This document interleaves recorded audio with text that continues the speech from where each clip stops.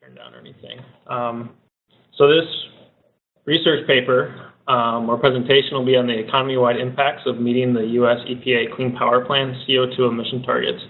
And it's sort of presented in the context of electric power being very important as part of the economy and connecting it to the global economy later as well. It's sort of a synthesis of my job market paper as well as my dissertation, which I'll present next week. So first, I want to convince you that electric power is an important part of the economy. Obviously, as we sit in this room, the computer's powered by this, the lights are on. Without electricity, we wouldn't be able to do our job. So that's very obvious, but there's also correlation and causal factors that show that electricity production and consumption is linked to economic growth. It also has some adverse impacts. It contributes to 41% of greenhouse gas emissions from fuel combustion.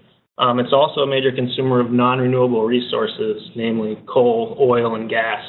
And these fuels are also increasingly traded internationally, meaning that electricity sector is tied with the international economy. And here's a graph that at the bottom that shows trade compared to the 1995 baseline in various fuels, and they're outpacing trade in other sectors. So these linkages are growing. And here's another chart that shows the size of the circle is the amount of electricity production growth in 2001 to 2012, and the color is the rate of growth too. So you can see around the world electricity consumption is growing, and in some places it's growing at a tremendous rate. So these linkages between electricity and the economy are just going to get more and more powerful. So let's take a step back and look at a policy in the United States. As recently as August, the EPA announced a Clean Power Plan to mitigate carbon dioxide emissions in the U.S. And it promotes flexibility in meeting targets at a state level, but when we start looking at the national level, the target's a 32% reduction in CO2 emission from the electricity sector, and that's compared to the 2005 baseline, and they want to achieve that by 2030. And the idea of having a flexible state-level policy is to come up with the best system of emission reductions. It's not telling us how, it's just states can decide, but the main target is the national-wide 32% reduction. So this brings up two questions. What's the magnitude of intervention needed in order to meet those emission targets? And what are the differential impacts of policy options in achieving that, notably a tax versus what we explore as a selective subsidy for wind and solar? So because electricity is tied with the economy, we want to understand the role of electricity as part of the economy. And in order to do this, we need to acknowledge a couple things. First, that the electricity sector is complex. And it's complex, or it's different than a lot of other sectors we study because there's a problem of time arbitrage. It's very costly to store electricity. Batteries are incredibly expensive, and there's other ways of storing, like pumping up water up into a reservoir and saving it for later. But again, that's very land-intensive and costly as well. So for all intents and purposes, supply and demand electricity must be met instantaneously at every point in time.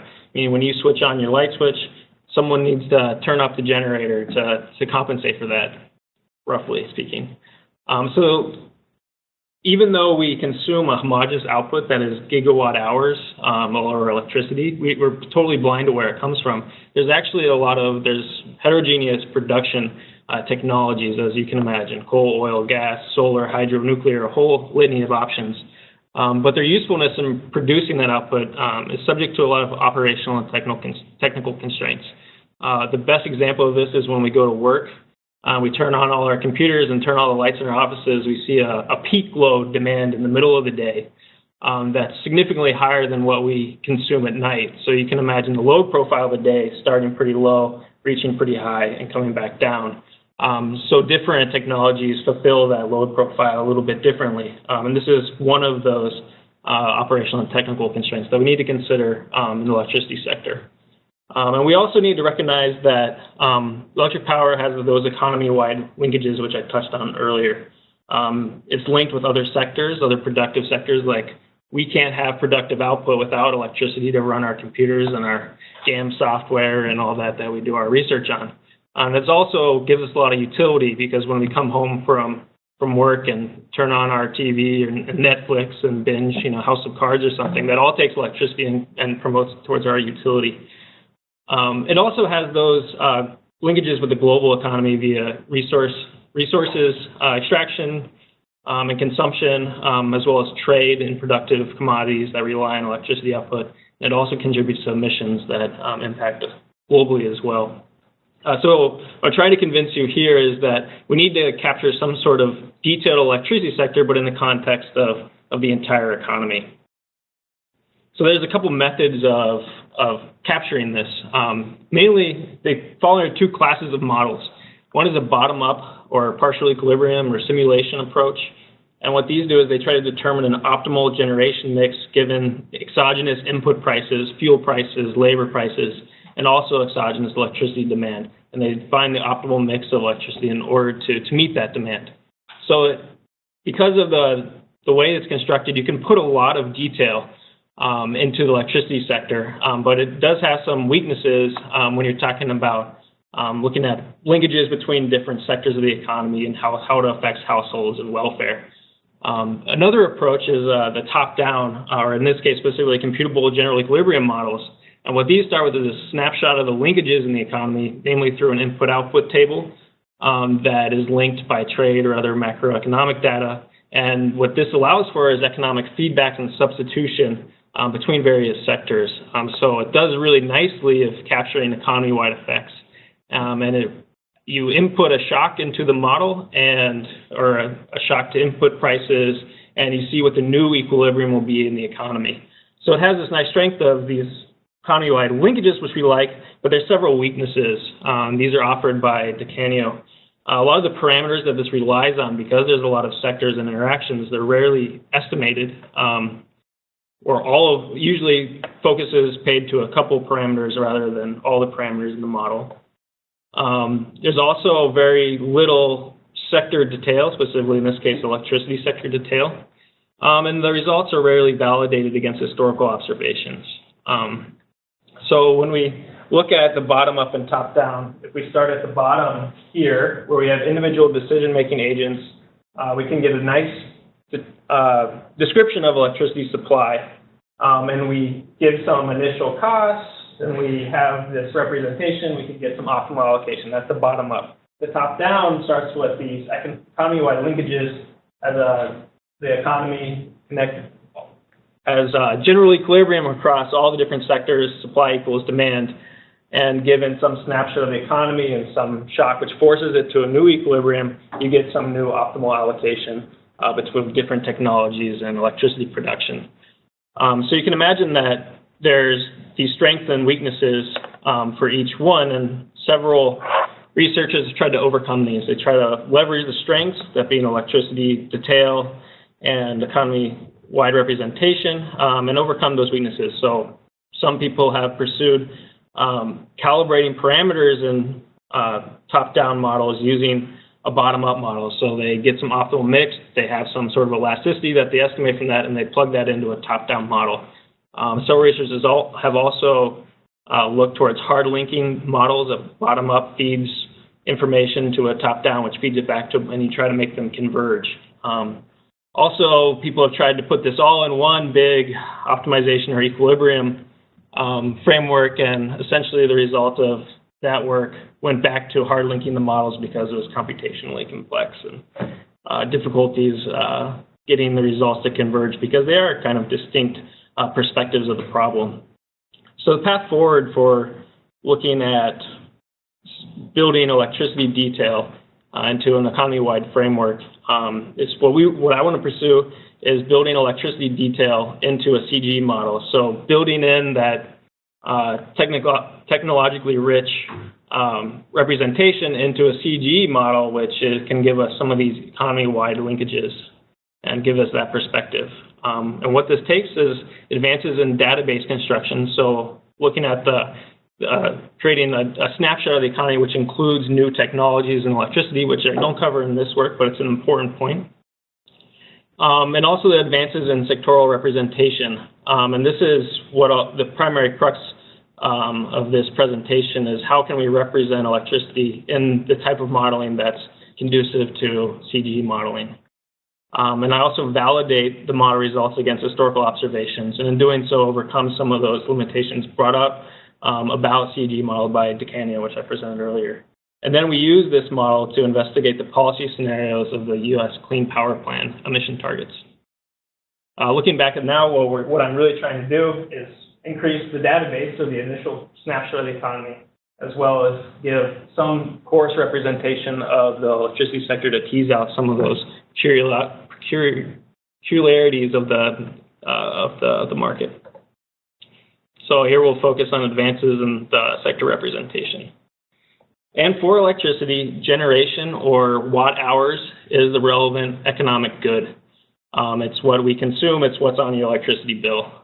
It's the amount of power that we consume in some amount of time. Here's a relationship.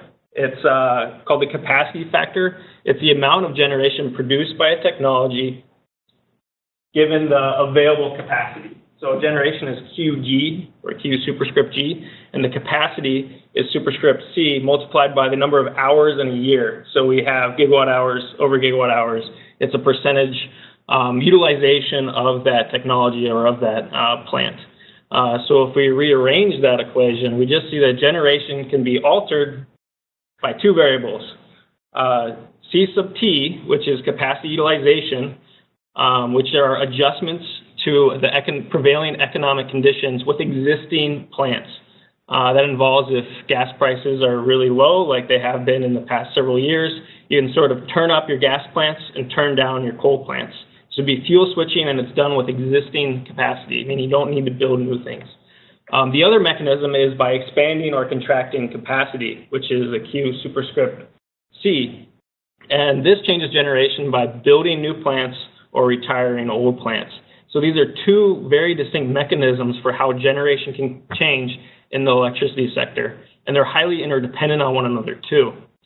So you can imagine that if you have increased utilization, say you're using your gas plant more, that's going to drive up the returns on capacity for gas. And that driving up returns on capacity might in turn drive investment into new gas capacity. New gas capacity can offset or crowd out some of that utilization because you now have more gas plants in the market, and they all are forced to come down a little bit with their capacity factor or their utilization. So we'll explore each of those mechanisms individually. So first we'll focus on utilization. And with utilization, there's a couple features of technology we need to understand. One is flexibility. So flexible technologies can actually adjust that factor. They can increase operations by substituting operating maintenance, have more labor, maintain the machines better without increasing capacity. However, this is increasingly costly. There's also technologies that are totally unable to adjust their capacity factor. Notably, something like nuclear. Once it's running, you can't really turn it up or down. Or hydro, you're very limited on how much water comes through in a day with a running river. Also, with solar, you can't just increase and decrease the amount of sun that's coming. So what we see in the data from 2002 to 2012 is that the black lines show that we have an annual change in capacity factor for fossil fuels. Coal has a decreasing capacity factor or utilization. We see gas going up. We also see oil going down. But some of those inflexible technologies you see are just horizontal lines. They're just straight. They don't change year to year based on any sort of prevailing economic climate. So we want to represent how these different flexible technologies might substitute with one another. And this is represented by imperfect substitution between, and we make a distinction between base and peak load. Base is what we consume maybe at night. It's kind of the base level. It's the amount of electricity we consume every day, day in, day out. Peak is what happens when we come to the office and turn on our lights on. There's a peak in the middle of the day. And these have technologies are better suited for one or the other. So nuclear, which you can turn up and turn down, very well suited for base. For something like peaking, you want something that you can turn on really quickly, like a gas turbine, a turbine that can consume oil or gas. Coal also takes a while to ramp up, so it's ill-suited. for peak in most cases. So we want to represent the substitution. We just make a distinction between the base load technology and peak load technologies, and how these substitute in the model is based on relative prices of those technologies. So you can imagine that if there's a decrease in gas price, well, electricity production from gas, the price will go down, meaning that the quantity will increase at the expense of other technologies that it can substitute with. So you can imagine that gas goes up and coal might go down. And this substitution impacts the returns to capital. So using the same example, a decrease in gas price leads to a substitution to gas power and increase in returns to gas power. Substitution, it also incurs substitution away from coal because it's now cheaper than coal. And then you get decreasing returns from that coal. You also get a lower overall cost of electricity because producing from gas is now cheaper, and that decreases returns for all those technologies that are inflexible. They can't compete as well with gas. So this substitution is represented through constant elasticity of substitution. It's actually a modification of the typical CES, but I won't go into details with that here. So there's no substitution for peak and base. That's correct. So your level of base and your level of peak don't change, don't respond to the total price of electricity of the base or peak. Let's turn towards validating this utilization aspect of the model. We need to put in a little bit of perspective, include some sort of qualitative information that overarches our results. First, we have the economic recession from 2007 to 2009 that had overall less generation of electricity. People were more efficient with it. We also didn't consume as much because it's closely correlated with the economy.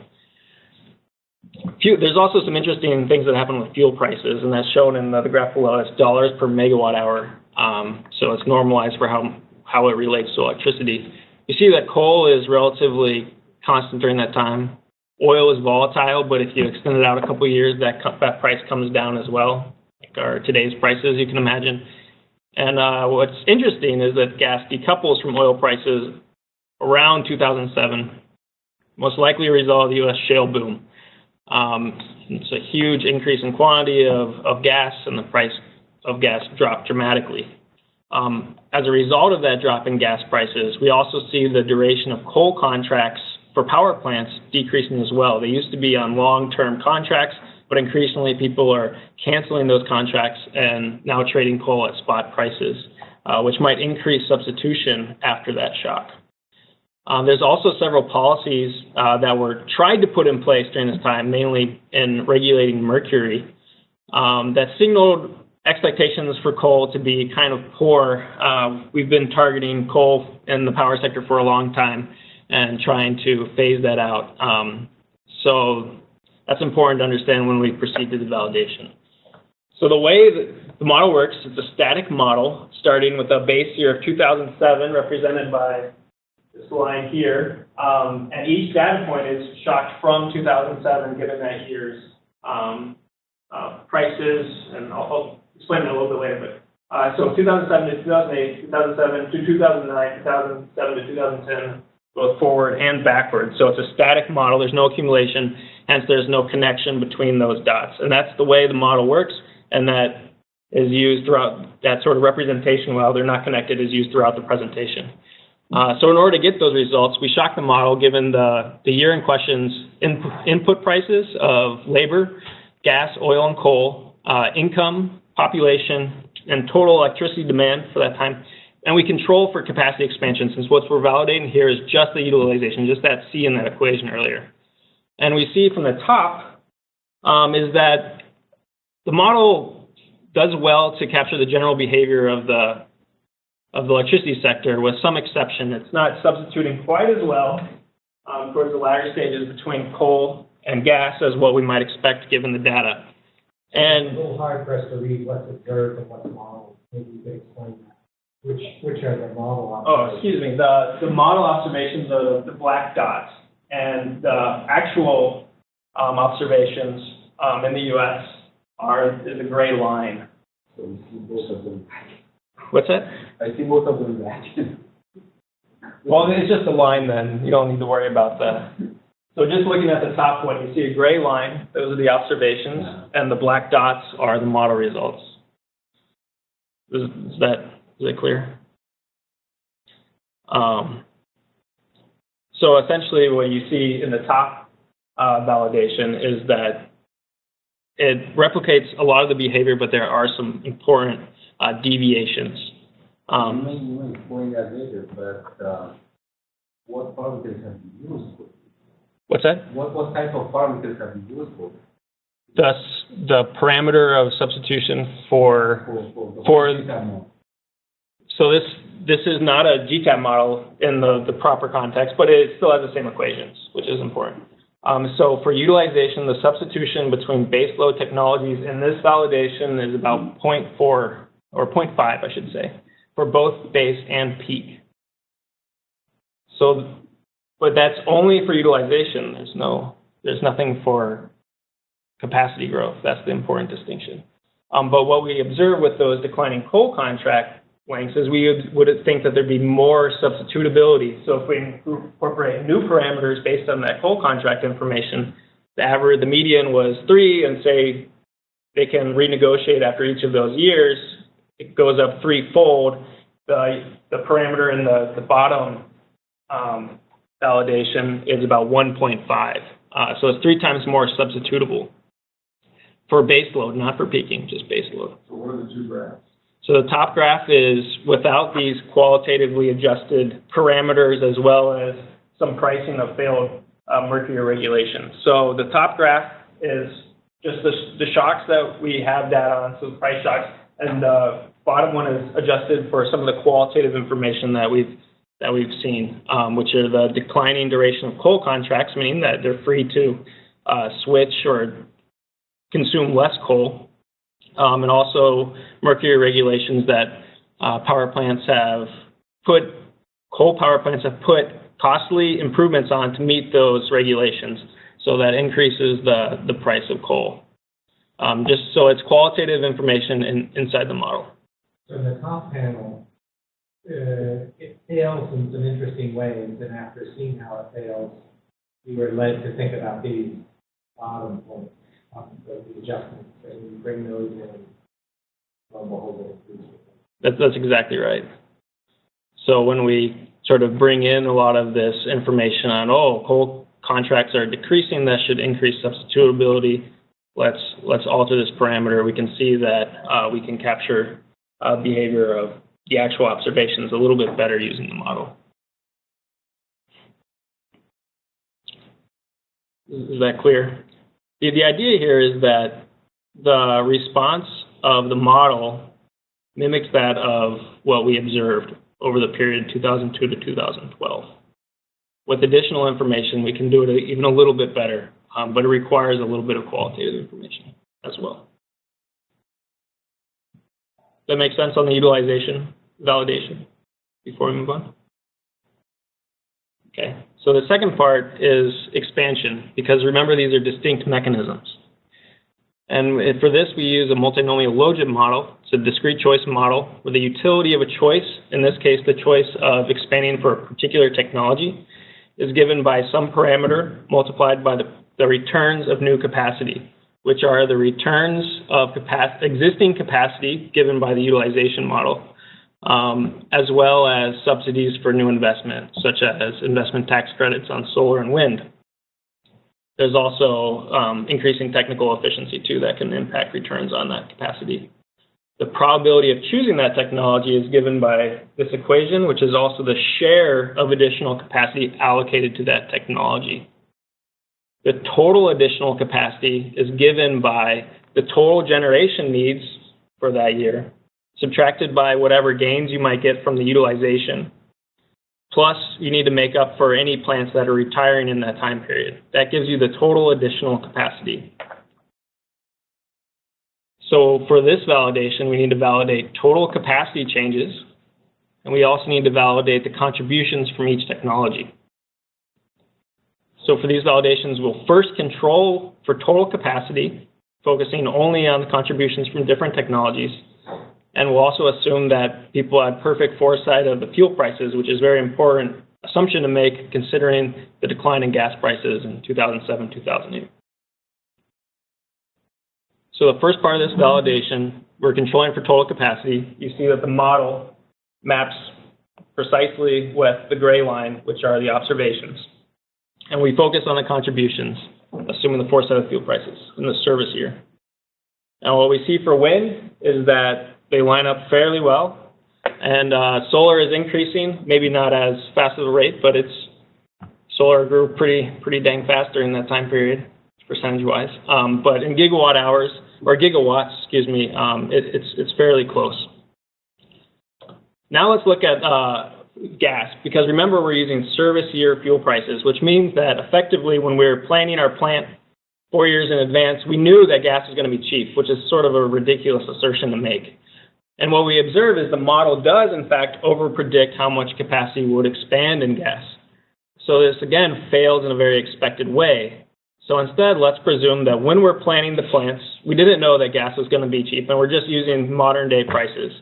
So the capacity planning for 2010 is based on 2008 prices. And what we see is that using the planning year prices, we get a much closer match to the observations with one important deviation there, which I can discuss later.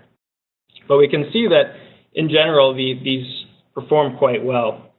So this is the validation of the contributions from each technology, but we want to look at the validation of total capacity, because in the model, we want to predict total capacity as well. So the way that we approach this... So the planning year is what? The planning year is... The year that the plant was built? So the service year is the year that the plant starts producing electricity. The planning year is determined to be 4 years in advance of service. That's just an average across all the different technologies. As you can imagine, a nuclear plant takes a much longer time than a coal plant, and especially longer time than a solar facility that can be turned around very quickly. So there is that simplifying assumption that the planning year is 4 years before when it actually starts producing electricity. Does that make sense? And that's important for the next stage as well. So when we're planning total capacity, what we're going to use is a rolling average of projections of generation needs given by the EIA. So there's a database or a projection, a data service out there, the Energy Information Agency, that provides projections of generation for the nation every year. And as you can imagine, every year it's off by sometimes a significant margin. But it sort of replicates some sort of planning that people need to do in determining the capacity expansion requirements. So we take a rolling average of the 4 previous years to determine what we expect generation needs to be, and that determines how much total capacity the model thinks that we need in order to accommodate that generation. And so that's only for U.S., right? This is only for the U.S. All of this is just for the U.S. This detailed validation is just for the U.S. So when you do this over time, how do you look at the changes in the distribution system in the U.S.?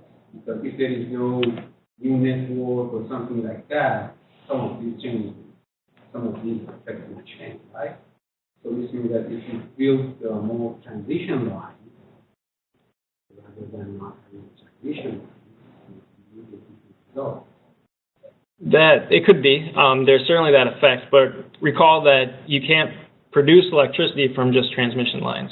So you can connect it to the grid, and you might be able to prevent a new plant from being built in a certain location by connecting that location to another area that has capacity, which I don't consider whatsoever. So we're just looking at generation, and we don't get any generation effects from a changing transmission system.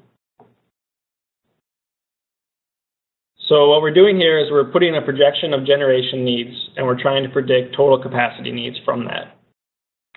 What we see is deviations between our projections, which are the black dots again, and the observations of total capacity.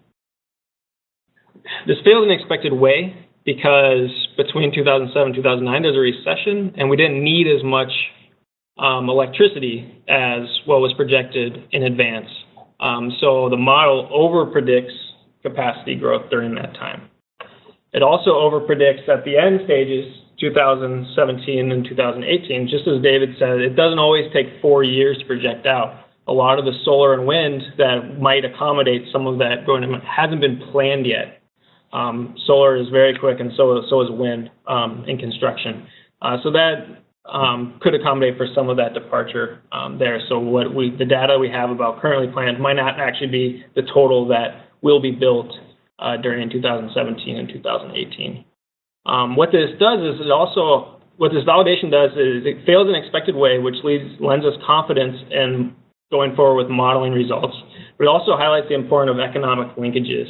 A lot of the electricity sector and its composition, its mix, and the amount of emissions it produces highly depends on how much electricity is demanded, which is really determined by all the sector demands, household demands.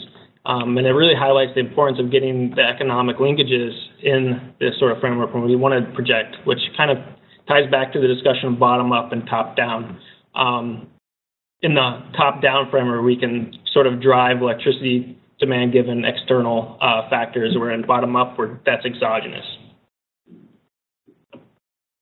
So this validated electricity detailed equilibrium model overcomes those limitations I posited before for computational equilibrium models.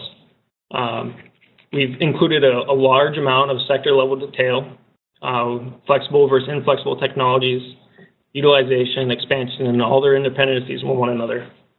And we've also validated each one of these, utilization, total capacity expansion, and also the contributions from different technologies. And the validation exercises give us confidence, but it also fails in expected ways, which can also kind of lend confidence in its own right as well. And it highlights the importance of supporting the type of quantitative analysis that we do in economics with some qualitative observations, especially important with validation because there's a lot of other things going on that we should consider that might explain or detract away from our results. So now let's put this all together to analyze the Clean Power Plan target in the United States. So the EPA announced a Clean Power Plan. There's a nationwide target of 32%, and they're looking for the best system of reductions. And it outlines 3 building blocks to get there. The first one has to do with reducing the carbon intensity at the plant level. And the second two are particularly of importance for us because they tie directly to the model presented earlier. Building block 2 has to do with fuel switching between existing technologies, mainly between gas and coal in the building blocks. And building block 3 is increasing new capacity for renewables and decreasing from coal-fired plants. So these tie directly, building block 2 to capacity utilization, building block 3 into expansion. So the model is well suited to address this problem. So first we want to ask ourselves, well, what does the model predict that CO2 emissions will be in 2030 without any additional intervention? This kind of gives us a basis on which to compare different policies. And the different policies that we'll use to reach the full target is a carbon tax, which is differential based on the intensity of the technology, carbon intensity of the technology, oil being about the same as coal, gas about half as much as coal, and other geothermal actually, and also biomass produces some emissions, but it's very small compared to the fossil fuels. So it's a differential tax based on the carbon intensity.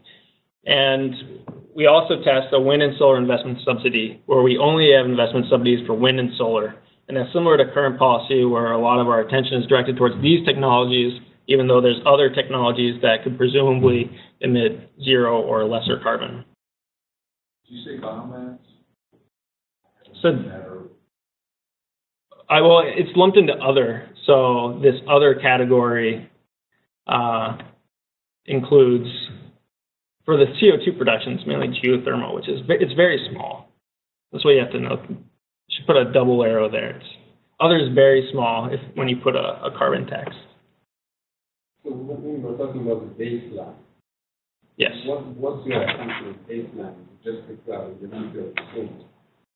Because if gas resources are available, we can from it or not.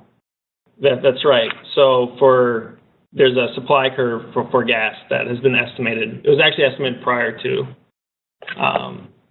the shale boom. So it's a little bit non-intuitive. What's that? That's the old estimate on availability. That's right. Yeah. Yeah. It's a supply curve there's a supply curve for all the inputs: oil, gas, coal, labor. Conventional gas. All gas, conventional and unconventional. Well, the elasticity is for conventional gas. It's true. So let's have some perspective going into this 2030 baseline. And what we observe starting in about 2006, 2007 is decreasing sector-wide CO2 intensity. This graph shows CO2 emissions from different technologies. You can just look at totals. And also generation, which is the black dot up here. And you see that generation and the intensity of the whole sector doesn't change much going all the way to 2006. But what we observe starting in 2006 is a declining CO2 intensity. Why that is, it could be because of those same building blocks: plant level efficiency, fuel switching to gas, and also increasing penetration of renewables. But it's important to note that we do see decreasing CO2 intensity. So let's say that we draw a linear regression of carbon intensity on the whole sector. We can either draw a line. Well, first let's look at generation in 2030. Total generation was predicted by the same agency or administration as before. Puts us at about 4,500 terawatt hours in the U.S. And then let's draw a line of CO2 intensity for the whole sector using data all the way from 1989 to 2013. Multiplying the projected CO2 intensity using that regression, we see a CO2 drop of about this much,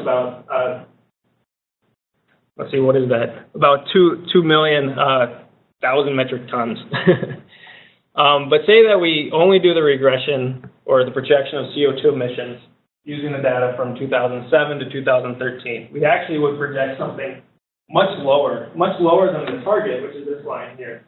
So reality probably lies somewhere in between, but what we would predict, given simple projections, is that we would experience some sort of CO2 emission reduction from that 2005 baseline, which the EPA states as the baseline. So here's 2005. You see a reduction in just increasing CO2 efficiency. And yeah, so I think what this says is that we would expect the sector as a whole to decrease emissions to some extent, and it could be quite large given recent activity starting in 2007.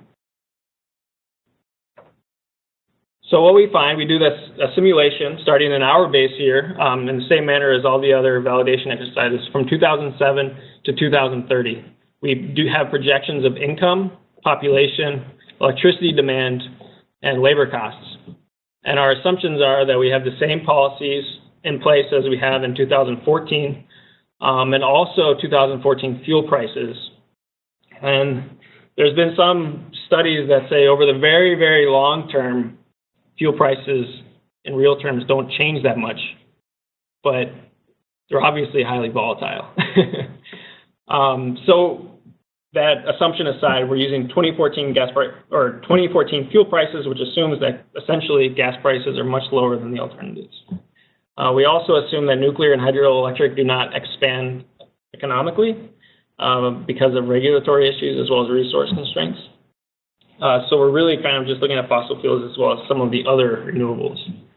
And what we observe in this graph is this is contributions from coal, gas, and oil to CO2 in 2005. We move forward with new generation needs in 2030, and we see a reduction in CO2 intensity, and we see a larger shift towards gas away from coal and oil by 2030. And this is actually pretty close to the target. It's about a 28% CO2 reduction from 2005's levels, meaning we're almost there. We almost meet the Clean Power Plan's target of 32% reduction solely because we have cheap gas right now.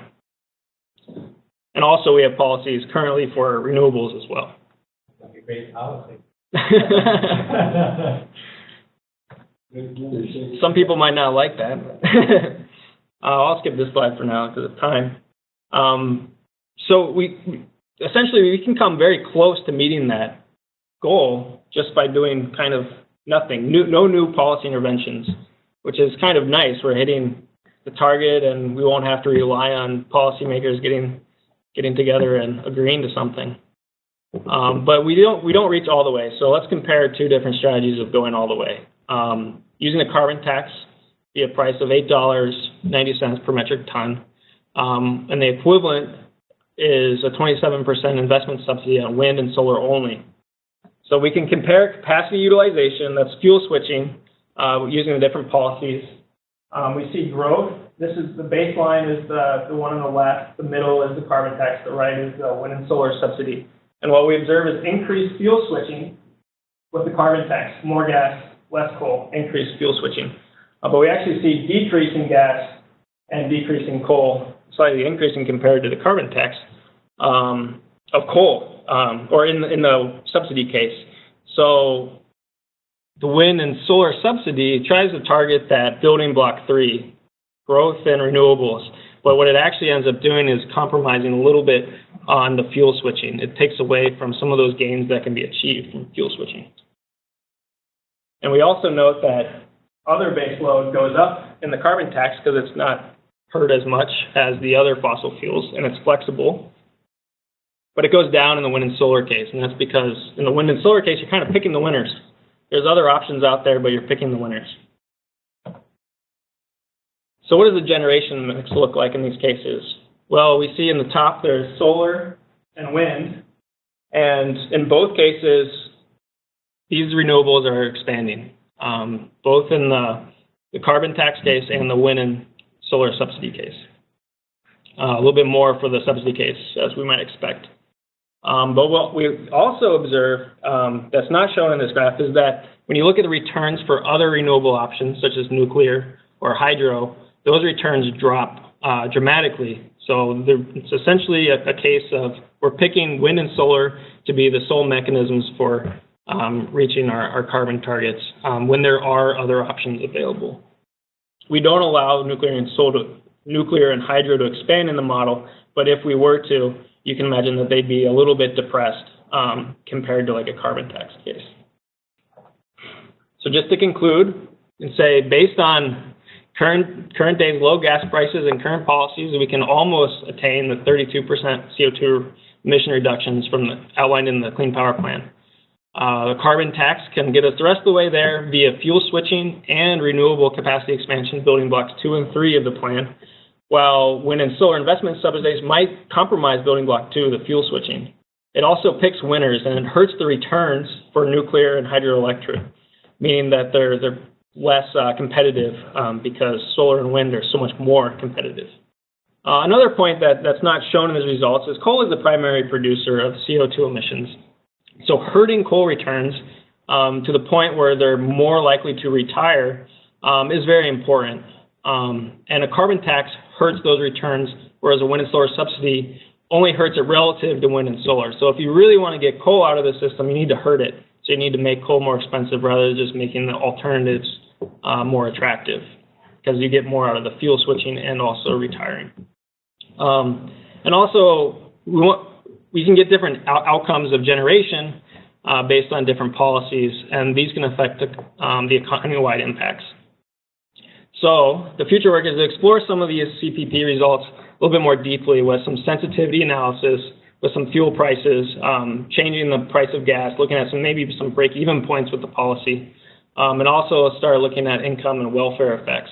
This requires linking the model into a full CG framework with all the bells and whistles like income and welfare, as well as global trade, and we can start looking at the whole economy-wide linkages of the electricity sector. And this is just a little diagram of the current model, which has just supply curves with the inputs demand curve for the output, but the full CG linkages with something like GTAP would require altering that and fitting it into the typical framework, and this is built on the same equations and same basic theory. So with that, are there any